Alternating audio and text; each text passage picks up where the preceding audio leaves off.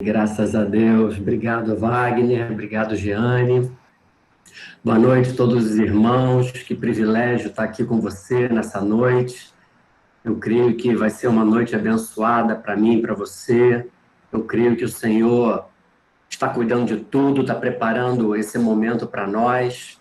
É um momento de adaptação também a essa questão da aula online, tanto para você quanto para mim.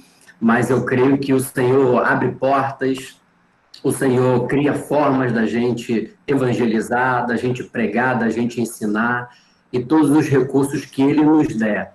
Nós precisamos usá-los, nós precisamos nos aperfeiçoar nesses recursos, para que o nome do Senhor seja engrandecido, para que o seu reino seja edificado e expandido. Amém? Muito bem, irmãos. Para começar, eu gostaria de dizer algumas coisas sobre a Bíblia. A Bíblia, ela não é um livro histórico, apesar de ter relatos históricos. A Bíblia não é um livro sociológico, apesar de ter conteúdos sobre relações sociais e cultura. A Bíblia não é um livro antropológico, apesar de abordar o ser humano e a humanidade de maneira totalizante, abrangendo todas as suas dimensões. A Bíblia, ela não é um livro biológico, apesar de tratar e fazer relatos da origem. A Bíblia não é um livro psicológico, apesar de tratar sobre pensamentos, emoções e vontades. A Bíblia também não é um livro geográfico, apesar de tratar sobre montes e vales, e ocupação de povos nos mais diversos ambientes da Terra. A Bíblia, ela é um livro teológico, porque trata da relação de Deus com a sua criação. Ao tocar na Bíblia, irmãos, nós precisamos partir do pressuposto de que existe um Deus que criou todas as coisas e se relaciona com a sua criação.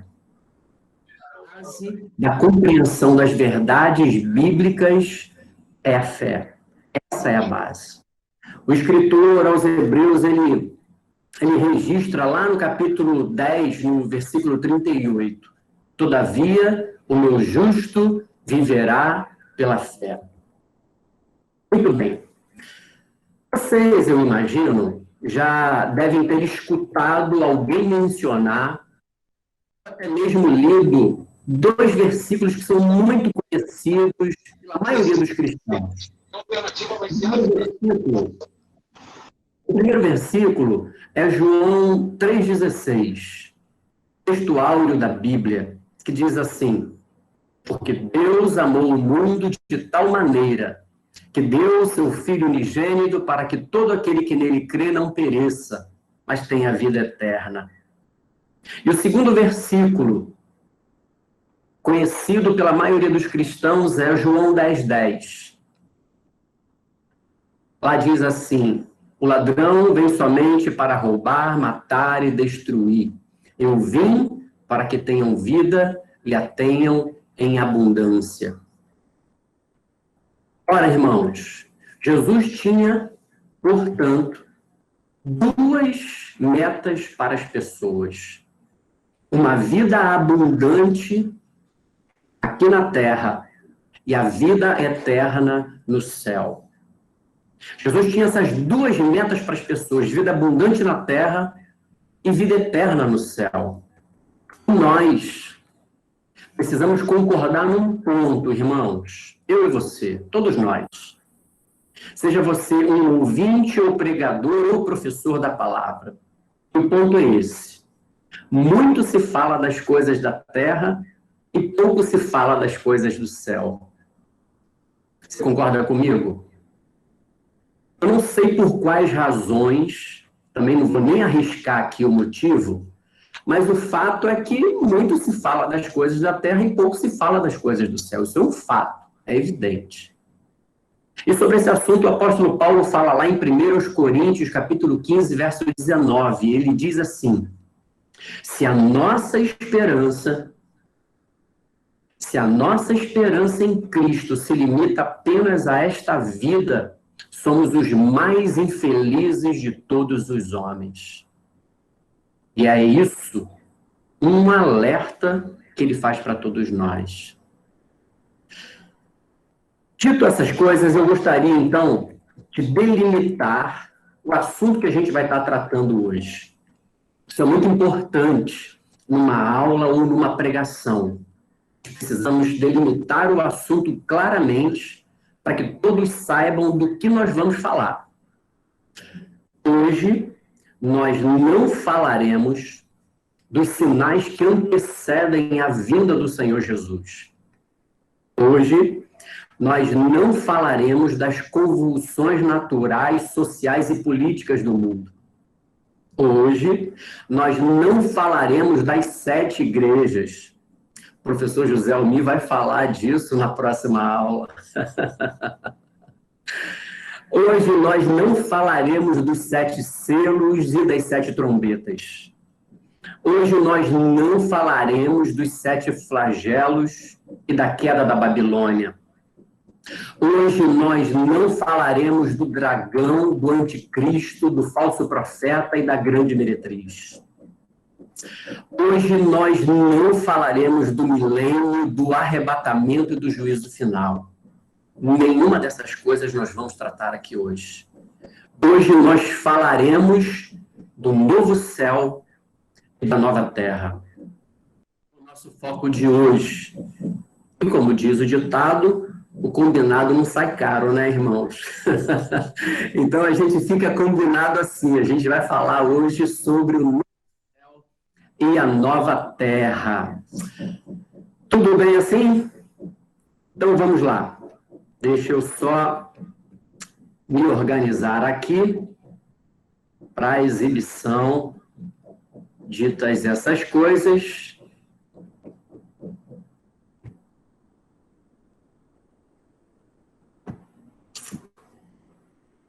nós vamos exibir aqui a nossa aula de hoje. Só um minutinho. Isso.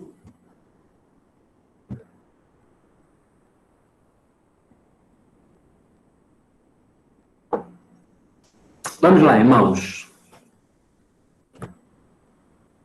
Esse é o nosso tema. A segunda vinda de Cristo, uma perspectiva do novo céu e da nova terra. Sugiro a você papel e caneta, ou um lápis e papel, ou registrar aí no seu smartphone, num bloco de notas. Toda aula que você ingressar, faça isso. Sempre papel, caneta, ou então um bloco de notas. Então, esse é o nosso tema. A segunda vinda de Cristo, uma perspectiva do novo céu e da nova terra. Nós vamos seguir esse roteirinho.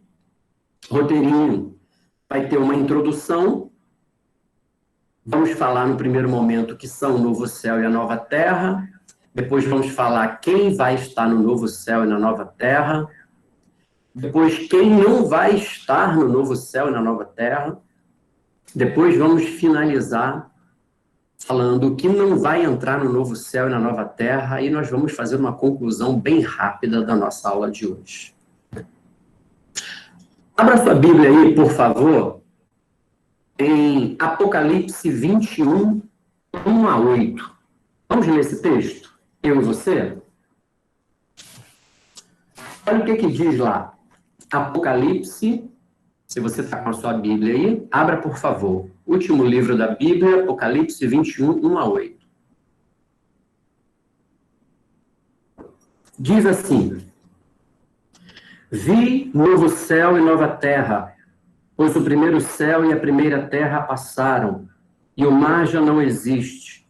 Vi também a cidade santa, a nova Jerusalém, que descia do céu, da parte de Deus, ataviada como noiva, adornada para seu esposo.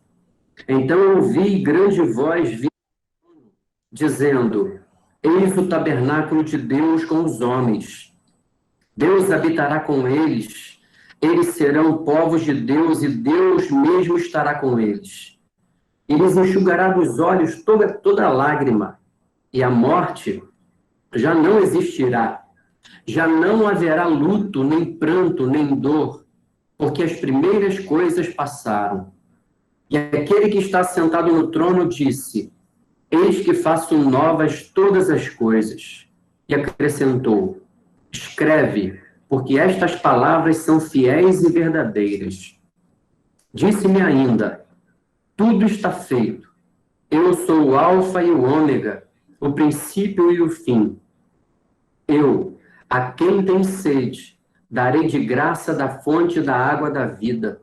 O vencedor herdará essas coisas, e eu lhe serei Deus e ele me será filho. Quanto, porém, aos covardes, aos incrédulos, aos abomináveis, aos assassinos, aos impuros, aos feiticeiros, aos idólatras e a todos os mentirosos, a parte que lhes cabe será no lago que arde com fogo e enxofre, a saber, a segunda morte. Até aí, irmãos. Graças a Deus pela sua palavra, que é viva, que é eficaz, que é poderosa, capaz de dividir alma e espírito, juntas e medulas. Esse é o texto base da nossa aula de hoje, irmãos. Vamos avançar. Para se tratar sobre esse assunto, nós precisamos considerar algumas coisas. Para falar sobre o novo céu e a nova terra, nós precisamos considerar que a história já foi consumada. Essa vida já passou, já não existe mais. O juízo final já aconteceu. Os inimigos do Cordeiro e da Igreja já foram lançados no lago de fogo. Os remidos já estão na festa das bodas do Cordeiro. O paraíso perdido é agora o paraíso reconquistado nesse contexto do novo céu e da nova terra. O homem que era caído é agora o homem glorificado. E todo o projeto de Deus triunfou. Nós precisamos considerar essas coisas para tratar do novo céu e da nova terra. Primeiro tópico da nossa aula de hoje, o novo céu e a nova terra. A segunda vinda do Senhor Jesus transformará não somente, irmãos, nossas vidas, mas toda a criação e todo o universo. Deixa eu só tirar uma dúvida aqui com o Wagner. O Wagner ou a Jeane? O slide saiu do ar, Jeane? O slide saiu do ar? Saiu sim, saiu. Saiu. Sim, saiu. Deixa eu voltar com ele aí, por favor. Só um minutinho. Tá bom. Irmãos, a gente só pede aí o cuidado dos irmãos, porque a tecla é bem próxima, e às vezes, sem querer, a gente acaba apertando lá em apresentar, né? E acaba aí tirando a apresentação. A gente pede aí os irmãos, né? Carinhosamente, a gente sabe que fica o botão muito próximo ali um do outro, né? Então, para que a apresentação não saia. Tá bom, Alexandre? Mas já voltou aqui. Valeu, obrigado, Wagner. Valeu, gente. Então, sobre o novo céu e a nova terra. A segunda vinda do Senhor Jesus, ele vai transformar não somente nossas vidas, que é o anelo do nosso coração, ter a nossa vida transformada, mas a segunda vinda do Senhor Jesus vai transformar toda a criação e todo o universo. Hoje existe um céu e uma terra, mas esse céu e essa terra que nós vemos hoje vai passar. Tudo vai passar, vai ser desfeito. Anota aí, por favor, irmãos, 2 Pedro 3, 1 a 13. Vamos ler? Você pode, por favor, abrir a sua Bíblia aí, em 2 Pedro 3, 1 a 13. Volta aí um pouquinho. Você vai ver as cartas de João. E a gente vai achar aí 2 Pedro 3, 1 a 13. Olha o que diz lá.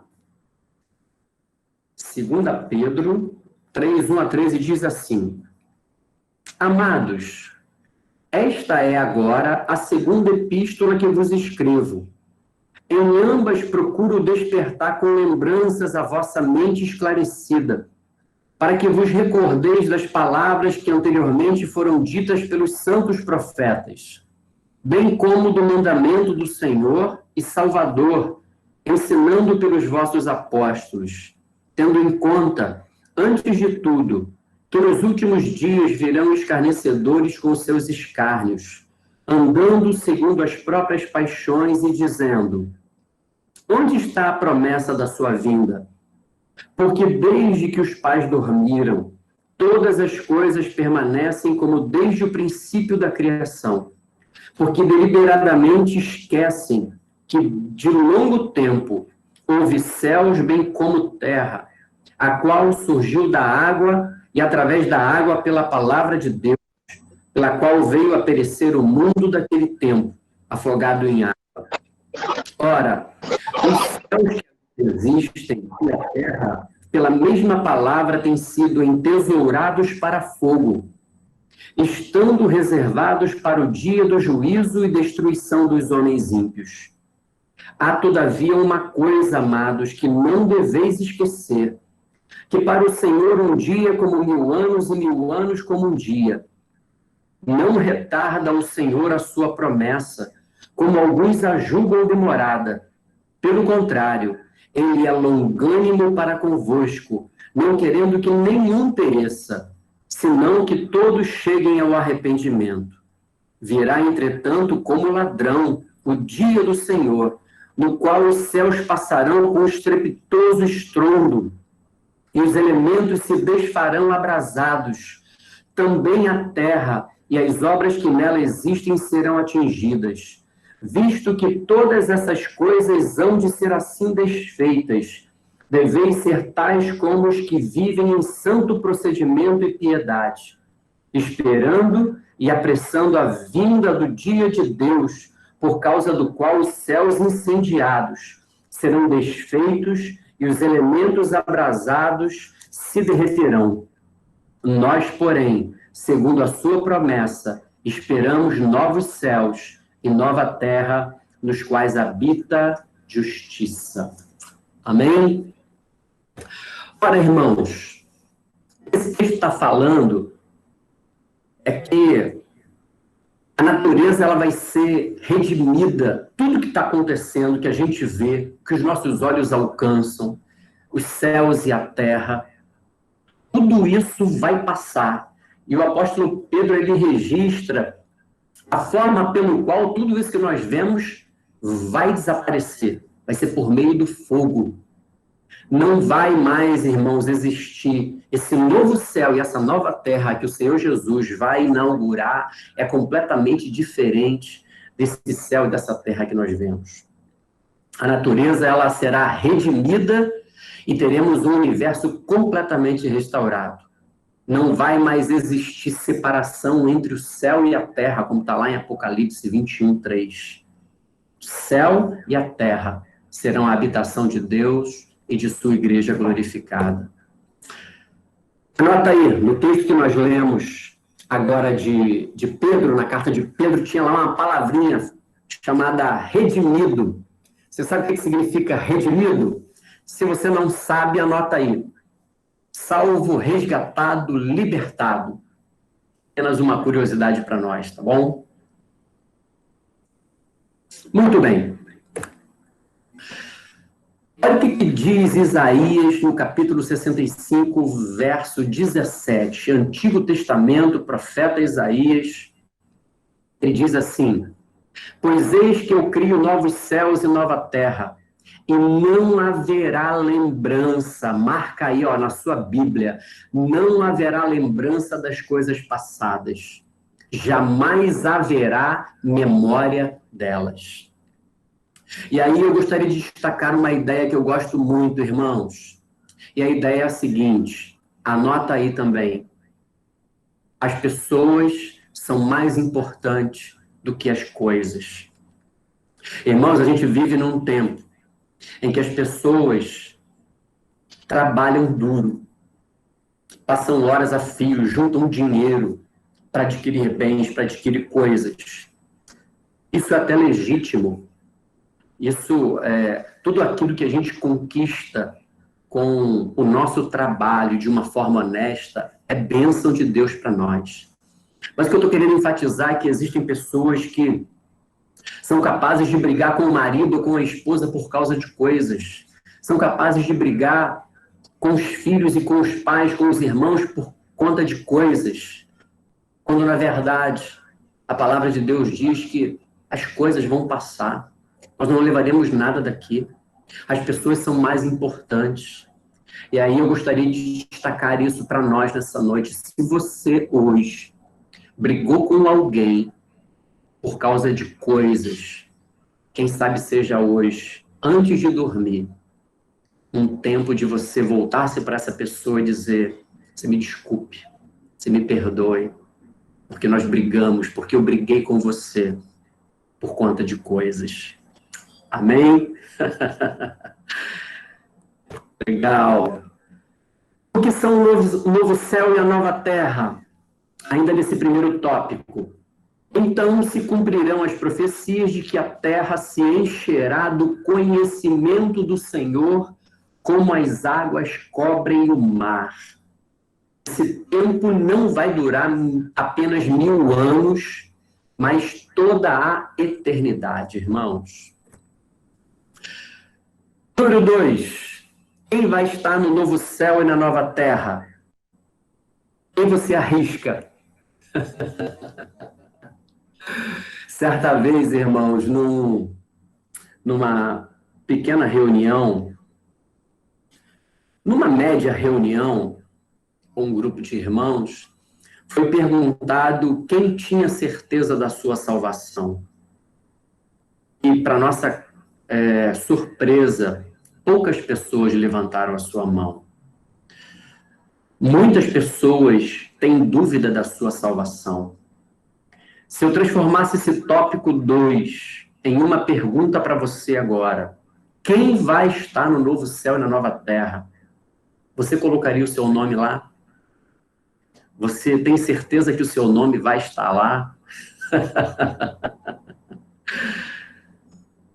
Essa é uma decisão pessoal, irmãos. Eu não posso responder essa pergunta por você.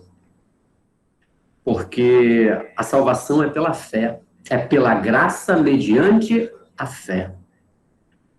Mas não é esse o texto, nós não estamos falando de salvação hoje. Vamos seguir aí o tópico 2, quem vai estar no novo céu e na nova terra?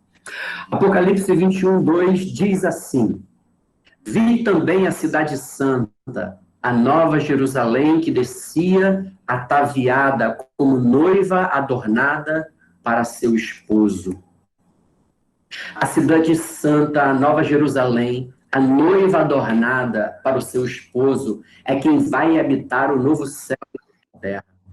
É a igreja glorificada, composta de todos os remidos. Opa! Lembra lá do que eu pedi para você anotar? O que significa remido? Composta de todos os salvos, de todos os libertos, de todos os lugares, de todos os tempos, comprada pelo sangue do Cordeiro. Quem vai habitar o novo céu e a nova terra, na segunda vinda do Senhor Jesus, serão todos aqueles que em vida confessaram o nome do Senhor Jesus como Senhor e Salvador, mas não confessaram apenas no íntimo, sem que ninguém soubesse. Todos aqueles que confessaram publicamente. E um dos mandamentos daqueles que confessam o nome do Senhor Jesus como Senhor e Salvador é, na sequência, passarem pelas águas do batismo. Você já passou pelas águas do batismo? Se você não passou pelas águas do batismo, você precisa anotar aí no seu bloco de notas, você precisa anotar num papel, colar na geladeira, você precisa anotar o telefone da igreja, para que você ligue para a igreja e diga assim: eu quero passar pelas águas do batismo, no próximo batismo nas águas. Porque é mandamento do Senhor, irmãos. A igreja que vai estar no novo céu e nova terra é a igreja daqueles que foram comprados pelo sangue do Cordeiro. Eu fui comprado pelo sangue do Cordeiro. A minha vida foi lavada e remida no sangue de Jesus. A sua foi? Você crê nisso? A obra de Cristo na cruz já foi feita, já foi consumada há 2000 anos atrás. Nós só precisamos olhar para essa obra da cruz e, pela fé, tomar posse de que aquilo que Jesus fez lá foi por minha causa e por sua causa. Amém? Então, somente pessoas autorizadas estarão nesse novo céu e nessa nova terra. O Senhor só tem um povo, uma igreja, uma família, uma noiva, uma cidade santa. A cidade santa, ela vem do céu, tem sua origem no céu, foi escolhida, chamada, amada, separada, santificada e adornada por Deus para o seu Filho, o Senhor Jesus. Atualmente, hoje, essa igreja são todos aqueles dos 4 cantos da terra que confessam o Senhor Jesus como Senhor e Salvador. Essa igreja não é uma denominação. Essa igreja é o corpo de Cristo. Essa igreja sou eu e você que confessamos o Senhor Jesus como Senhor e Salvador.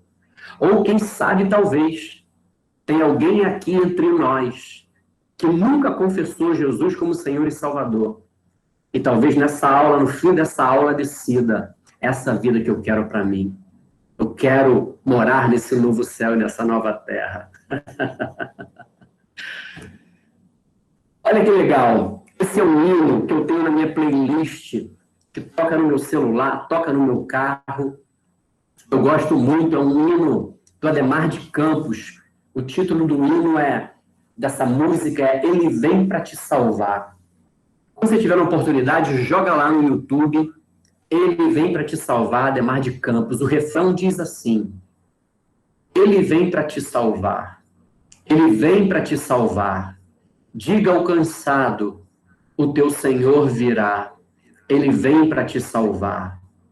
Ele vem para te salvar. Ele vem para te salvar. Contempla ao Senhor e te levantarás. Ele vem para te salvar. Aleluias! O Senhor vem para te salvar, irmãos. Se tem alguém entre nós agora ouvindo, vendo essa aula, essa nossa meditação nessa noite, você que talvez esteja mergulhado no pecado, você que talvez esteja andando em caminhos errantes, você que talvez já andou nos caminhos do Senhor e saiu e não está mais, eu queria recitar esse refrão para você. Ele vem para te salvar. Contempla ao Senhor e te levantarás. Ele vem para te salvar. Amém? Glória a Deus. Número 3. Terceiro tópico.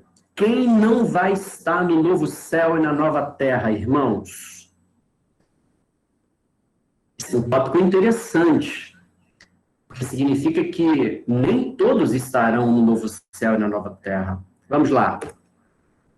Apocalipse 21:8 diz assim: Quanto, porém, aos covardes, aos incrédulos, aos abomináveis, aos assassinos, aos impuros, aos feiticeiros, aos idólatras e a todos os mentirosos, a parte que lhes cabe será no lago que arde com fogo e enxofre, a saber, a segunda morte. Vão ficar de fora, irmãos, aqueles indiferentes ao Evangelho, aqueles que você talvez já pregou, desdenhou, e ignorou, e rejeitou, e fez pouco caso da palavra de Deus. Vão ficar de fora aqueles indecisos que temem as consequências de confessar o nome do Senhor Jesus. embora convencidos da verdade, preferem não se comprometer. Tem medo de perder os prazeres desse mundo, tem medo de ser perseguido. Ah, irmãos, sobre esse ponto, tem uma mensagem que está em fase embrionária, que eu estou construindo, que se chama A Ditadura do Desejo, que é exatamente sobre esse tópico. O tempo que a gente vive é um tempo de ditadura, em que a mensagem ditatorial é: tudo que você tem vontade, faça. O teu corpo está pedindo, ceda. Hoje mesmo pela manhã eu estava lembrando de uma música muito antiga, eu não lembro qual era o grupo. Era um grupo que cantava, que dizia assim: não se reprima, não se reprima. Ora, essa é a mensagem desse mundo, a mensagem de que desfrute dos prazeres dessa vida. Se você está com vontade, beba. Se está com vontade, coma. Se está com vontade, traia. É uma ditadura, é uma mensagem ditatorial que impulsiona as pessoas a viver pelo prazer, uma vida hedonista, focada no desfrutar dos prazeres. Irmãos, existem pessoas que estão tão presas a essa vida hedonista que até sabem, já ouviram a mensagem do Evangelho, a pregação da palavra, mas não querem perder os prazeres dessa vida. Mas que você, que eu, lavados e remidos no sangue de Jesus, possamos estar de prontidão, vigilantes, para que toda oferenda que Satanás venha nos oferecer, nós venhamos a rejeitar, por melhor que seja a aparência do prato, por melhor que seja o momento a ser vivenciado. Se é para cair, se é para sair da presença do Senhor, que você fuja desse prato, que você fuja desse momento. Não vão estar nesse novo céu e nessa nova terra aqueles indecisos que preferem viver nos prazeres da vida. Vão ficar de fora aqueles que não têm coragem de assumir que são de Jesus, que têm vergonha, que vão pensar de mim, na minha família, no meu trabalho, na vizinhança, na faculdade, na escola. Vão ficar de fora os incrédulos, aqueles que buscam outro caminho para a salvação e rejeitam a oferta gratuita do Evangelho. Vão ficar de fora aqueles que perderam a vergonha, o pudor e se entregaram abertamente ao pecado e aos vícios do mundo, aqueles que festejam, que jubilam a desonra, que zombam, que escarnecem. Vão ficar de fora os impuros, aqueles que se entregam à luxúria, à lascívia e à perversão moral. Vão ficar de fora aqueles que vivem na prática da feitiçaria, no ocultismo, aqueles que invocam os mortos, os demônios e desprezam o Senhor.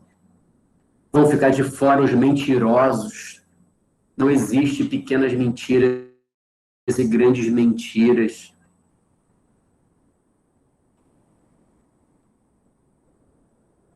Quando foi a última vez que você caiu pela prática da mentira?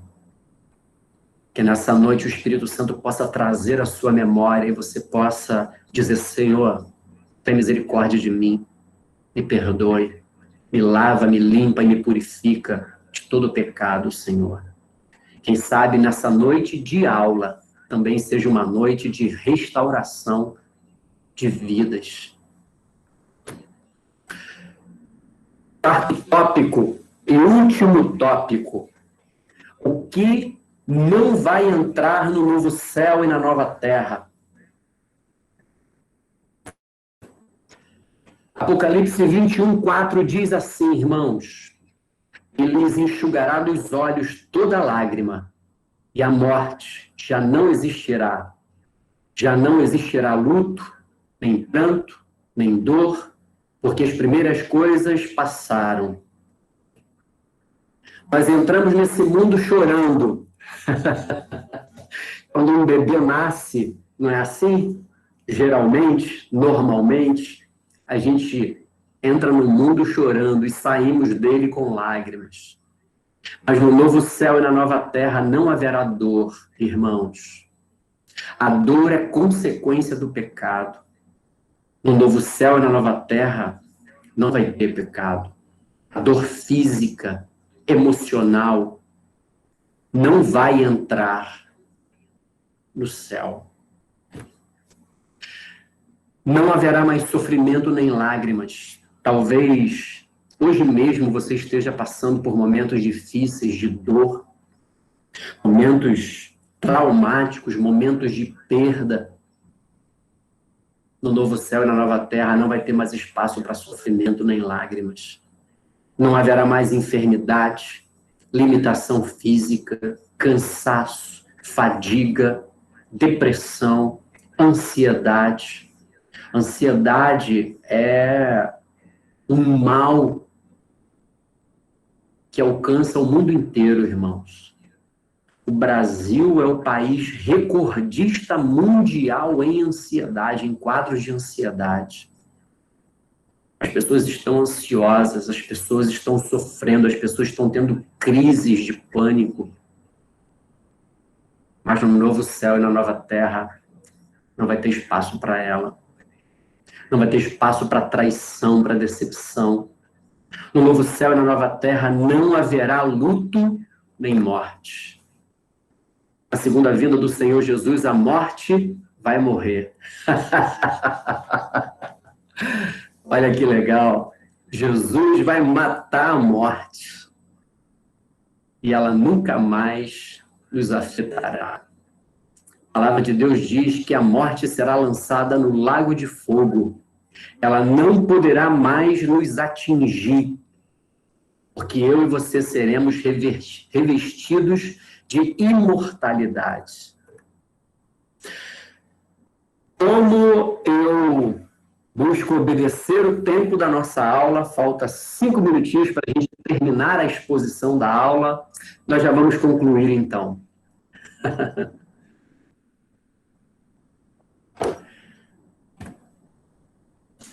Para concluir, irmãos, a pregação sobre o céu traz profundas lições para mim, para você, para a igreja. Jesus nos alerta para juntarmos tesouros no céu. O apóstolo Paulo diz que nós devemos pensar no céu. Jesus ensinou que nós devemos orar assim: seja feita a tua vontade, assim na terra como no céu. O céu nos estimula a santidade. O céu nos ajuda a enfrentar o sofrimento, irmãos. Pensar nas coisas do céu nos ensina a renunciar agora em favor daquilo que é a nossa herança futura. O céu nos livra do medo da morte, irmãos. Você não precisa ter medo de bala perdida. Você precisa ter medo de que alguém tire a sua vida subitamente. Porque o seu lugar no céu está garantido. Se você confessou o Senhor Jesus como Senhor e Salvador.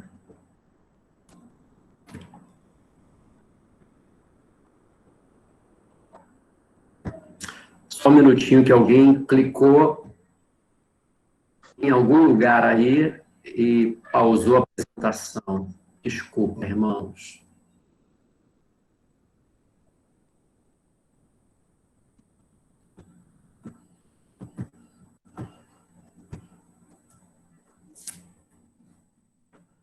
Como eu estava dizendo, o céu nos livra do medo da morte. Se você tem medo de morrer, você precisa repensar esse sentimento. Não se apegue às coisas dessa vida. Se apegue ao Senhor. A nossa vida está nas mãos dele. Vai acontecer conosco. Já está escrito. nos céus. Olha essa figura, irmãos. Essa figura, esse quadro tem a ver com a nossa aula de hoje. A segunda vinda do Senhor Jesus, uma perspectiva do novo céu e da nova terra. O que você consegue observar nessa figura, irmãos? É como se fosse um registro do cotidiano. Pessoas indo e vindo, pessoas trabalhando, crianças indo para a escola, pessoas acordando, cuidando do seu jardim, trabalhando, levando o cachorro na rua. Irmãos, a segunda vinda do Senhor Jesus vai ser como o registro desse quadro. As pessoas estarão fazendo as suas coisas normalmente. As pessoas estarão indo e vindo. As pessoas estarão trabalhando. A palavra de Deus diz que subitamente vai ser num abrir e piscar de olhos, irmãos. Então, em todo momento em que você estiver na sua vida, como nesse quadro, seja você trabalhando, seja você caminhando, indo para a escola, levantando, tudo que você estiver fazendo na sua vida, que a sua vida esteja centrada em Deus, no reino de Deus, em favor da obra de Deus, que você possa, de alguma forma, viver integralmente para o Senhor. Porque nós não sabemos, irmãos, o dia e a hora. Então, seja você aquele que espera a volta do Senhor, fazendo o que quer que você estiver fazendo. Não espere para decidir dedicar a vida ao Senhor, consagrar sua vida ao Senhor no último suspiro da sua vida. Não decida, de uma certa forma, confessar Jesus como Senhor e Salvador no último suspiro da sua vida, não. Que a tua expressão de fé possa estar em qualquer lugar que você esteja, trabalhando, no ônibus, indo para a escola, na faculdade. O que quer que você esteja fazendo, viva para a glória do Senhor. Como disse o apóstolo Paulo, porque eu estou bem certo de que nem a morte, nem a vida, nem os anjos, nem os principados, nem as coisas do presente, nem do porvir, nem os poderes, nem a altura, nem a profundidade, nem qualquer outra criatura poderá separar-nos do amor de Deus que está em Cristo Jesus, nosso Senhor. E finalizando, nós tivemos aí uma breve introdução, falamos aí sobre o novo céu e a nova terra, falamos que essa terra e esse céu que nós vemos, como nós lemos lá na carta do apóstolo Pedro, serão destruídos pelo fogo e surgirá um novo céu e uma nova terra. Falamos sobre quem vai estar nesse novo céu e nessa nova terra, que é a igreja do Senhor, são os remidos, os lavados e remidos no sangue de Jesus. Falamos de quem não vai estar no novo céu e na nova terra. Falamos também sobre o que não vai entrar no céu e na nova terra. E tivemos aí essa conclusão. Esse foi o nosso tema de hoje, irmãos, a segunda vinda de Cristo, uma perspectiva do novo céu e da nova terra. Bom, gente, professor Alexandre, baseado em Isaías 65:17, que o professor leu para a gente aqui, o irmão abençoado nos fez uma pergunta. Ele perguntou se baseado nesse versículo significa que a gente não vai conhecer mais as pessoas que nós conhecemos nesse tempo, nessa vida.